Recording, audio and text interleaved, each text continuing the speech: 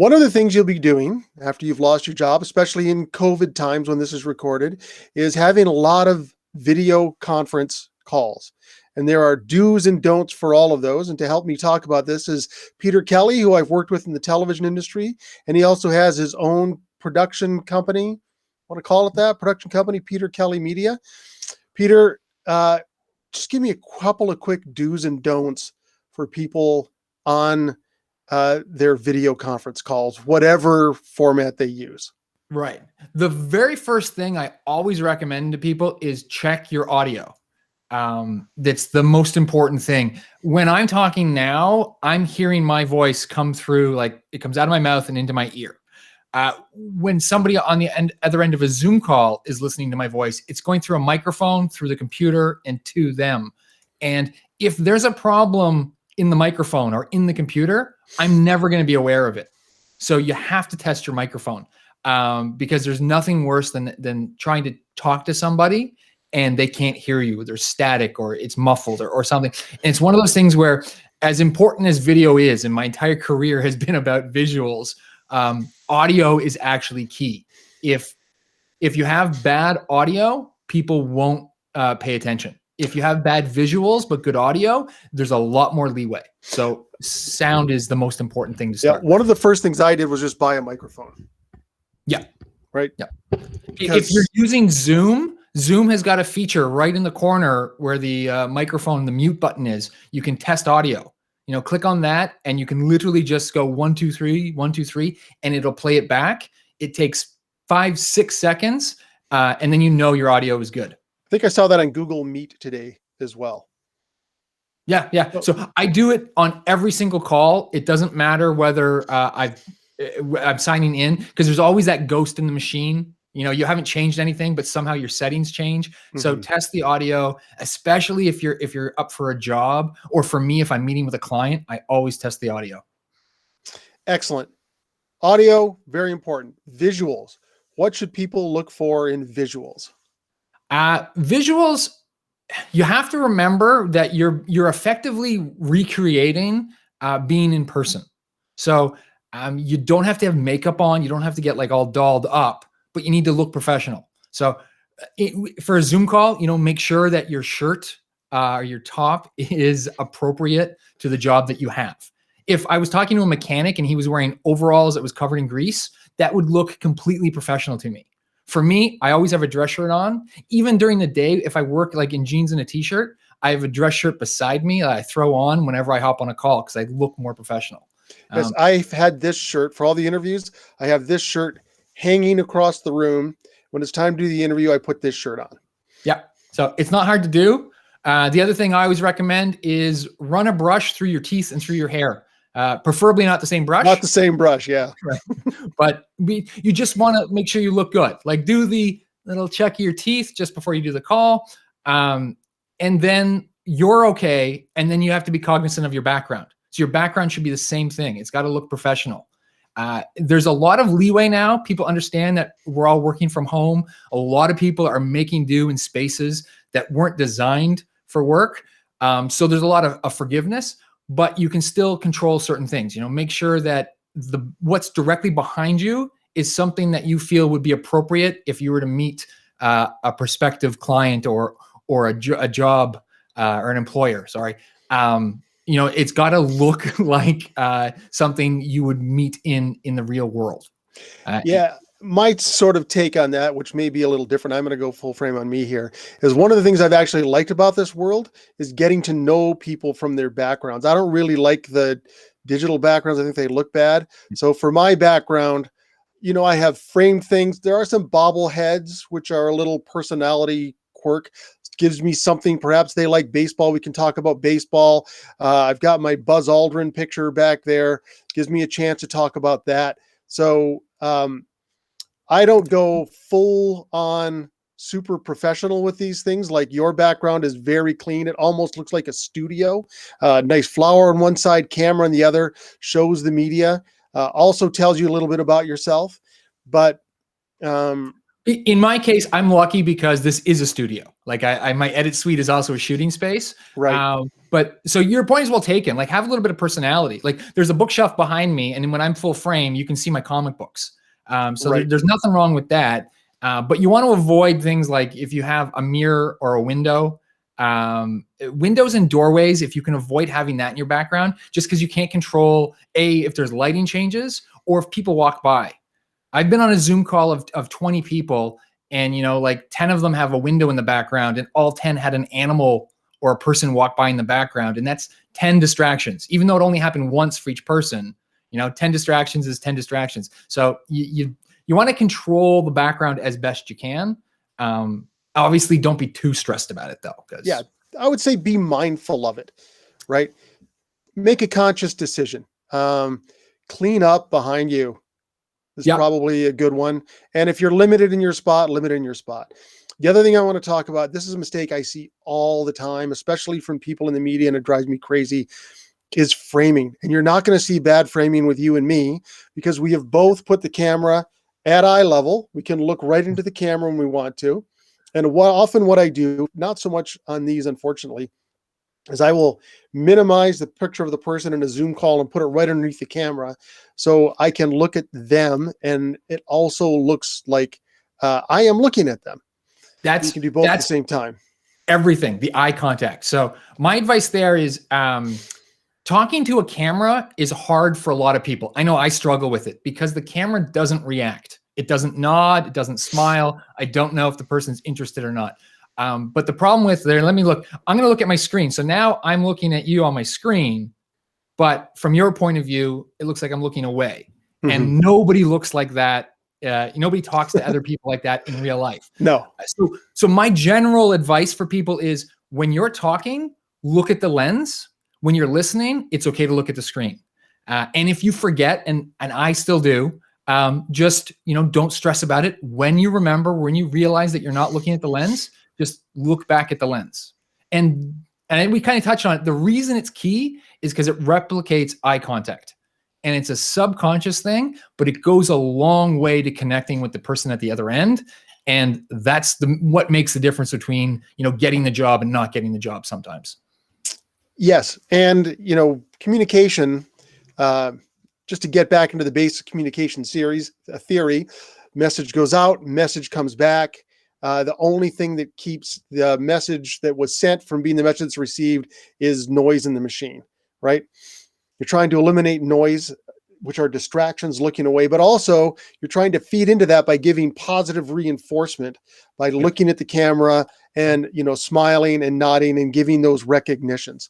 So if it is at all possible, try to put that image near the camera. And if you don't, like you said, it's very natural for people in conversations to look off as they think about something and then come back. I would say the big thing to remember is make sure you're regularly going to that camera to make eye contact with the person. Yeah. The other thing you'd brought up, if I can be so bold, is the camera angle. Like having it at eye level means that whoever is at the other end feels like you're about the same height. And there's a subconscious we're equals feeling, which is what you want. If you go to an extreme, I'll go to an extreme with this. If you frame it like this, I hate this, when you see somebody's ceiling and then there's just like the eyes. Nobody walks into a room with their head pointed at a 45-degree angle. So don't replicate that. And the other thing with that is, and this, I always give the example of a Marvel film. If you were to analyze the angles in an action movie, the hero is, especially at the end of the movie, he's shot with the camera low, with the camera pointing up. So it's a point of dominance or a point of authority. And in a horror movie, it's the villain or the monster that gets shot, and the victim is done the reverse with the camera high, pointing down. So the person is now weaker. And the reason I bring it up for an interview is you don't want to have anybody at the other end feel like you're trying to be dominant or that you're weak. So if you have it at eye level and just talk, then again, subconsciously, you're treating them like an equal. And all you did was make sure your camera is pointed at the right spot. Baseball cards are taken that way frequently. They're down a little low. It's the hero look. right? But like you said, you don't want to dominate people. It's really about making good connections with people when it's harder to connect through this. Let's talk about lighting a little bit. Here's the little trick I show, and I haven't had to demonstrate it much, but here's my trick on lighting. You look at both of us now. Our faces are well lit. You can see us. The background's well lit. If I do this, how welcoming am I right now? I kind of feel like I'm about to pull somebody's heart out of their chest in Indiana Jones and the Temple of Doom. So you have to be cognizant of your lighting.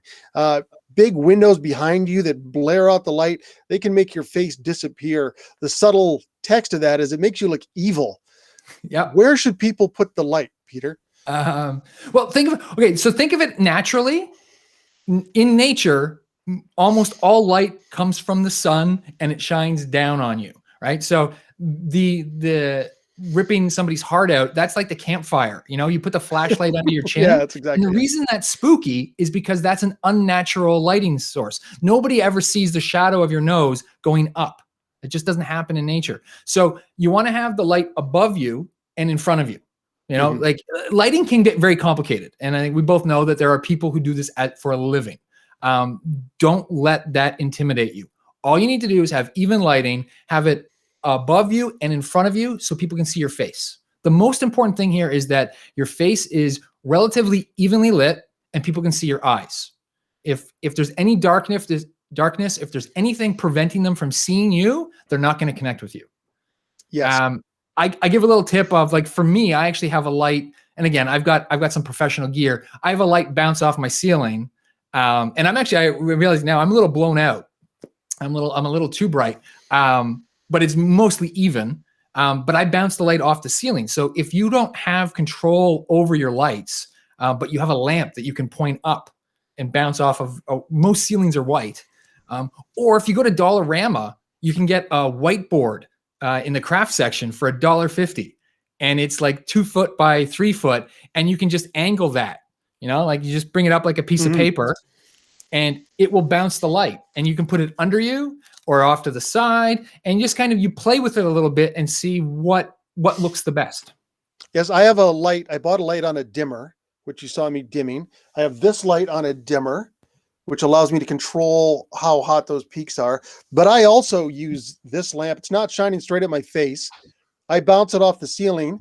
And, I use this for what I would call my professional interview setup. It's reversed. I've got a card table here because I like this as a set better than my CD collection and the couch. But I have meetings that way. And when I do that, I take the camera and bounce it off that wall, which isn't white, but it's a light color. And it gives that nice, even distribution. I was actually thinking about getting a key light over here and seeing if that makes any difference. But another thing for older people, and I'm not a young person anymore, you want that light above because it helps hide everything that's going on under here that you hate to acknowledge. And especially during pandemic eating, that ain't getting any better right now. So I actually had to change shirts one day. I put the shirt on and I was like, how did this shrink?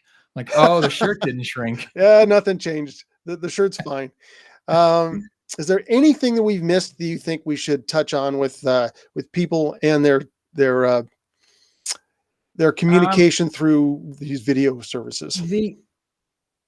The one thing I find that if you're not experienced on camera and you become self-conscious about it, a lot of times people will try to sound smart. I think it's when recordings are happening. I think that's when the biggest offender happens. But I've seen it other times, or interview when you're nervous. You try to sound smart, and what ends up happening is you start using words that you don't use in everyday conversations. Yeah. And the upshot of this is they don't feel natural coming out of your mouth. My example is always, I would never say, who absconded my Chesterfield? I would say, who stole my couch? Right. So in doing the sounding smart, you end up coming off as disingenuous or inauthentic. And that's not going to impress anybody, least of all during an interview. No, in my writing seminar, which I've used to train people in television for years. One of the big, actually. I hope you got don't sound smart out of that, because that's one of the rules. There's nothing worse than sounding smart, and it's something people come by naturally. as they go through high school English and they're trying to fake their way. They use a lot of words, too many words, and they use the wrong words. And sort of my favorite example of where it sounds terrible is watching a football game. The best announcers, John Madden, always talk like this, very plain language. Oh, it's on the left foot, the right foot. Tony Romo speaks in very plain language. He's the best colored guy now. And some guys sound like they're doing their doctorate on air over a football game. And like you said, they don't sound smart. They sound like they're trying to impress you. And that always puts people on their heels. So the best thing you can do is be yourself and talk like yourself. And that way people are knowing what they're getting, and it'll be easier for you in the long run because you don't have to keep trying to sound smart all the time. And this goes for your writing too. Yeah. There's nothing worse than like if you've put on airs or if you've created a persona and that's what's connected with somebody, you can't sustain that long term. You know, if they've connected with a fake version of you, then you're never going to have a good relationship with them because they're always going to be looking for that fake version of you. So the way to sound smart, to sound really smart and not fake smart, is to have good content come out of your mouth the way that Peter Kelly has for these last 15 minutes or so, and has helped you learn how to speak effectively and look respectable in these online meetings, which you're going to have a lot of. So I would say do all of these things. And when it comes to, if you get to a point where you're starting a business and you want some video production, I know two guys you could talk to and take your pick. And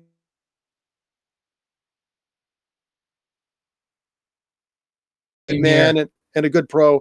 And he's somebody you want to talk to. And if you have questions, feel free to contact either of us. And I will leave our contact information below this video. Yeah, please do. If nothing else, I always encourage people, find me on LinkedIn because I post stuff all the time there. Because I can't make every video for every person, but if I can help make less bad videos in the world, I'm more than happy to give some advice. Yeah, Peter has a lot of free resources that are really helpful, really nice videos, and it will give you a chance to see how to talk casually and engagingly to people. Peter, thanks you so much for your time. Really appreciate it. Always nice to spend time with you. And I know that people have gotten a lot out of what you've had to say today. I'm glad to have helped. And thank you so much for inviting me.